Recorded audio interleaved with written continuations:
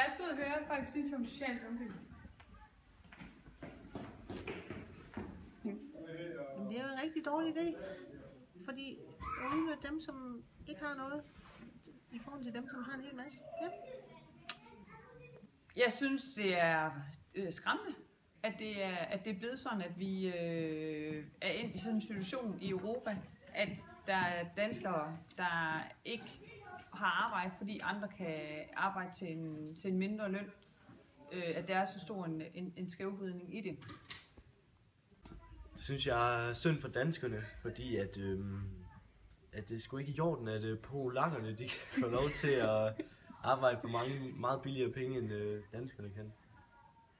Jeg synes selvfølgelig, det er forkert. Det betyder, at der kommer nogle medarbejdere til et land, som ikke...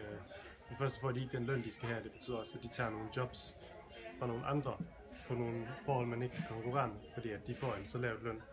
De er så lavt lønnet, at folk på normale forhold ikke vil kunne tage arbejdet fra dem. Så det er selvfølgelig helt forkert.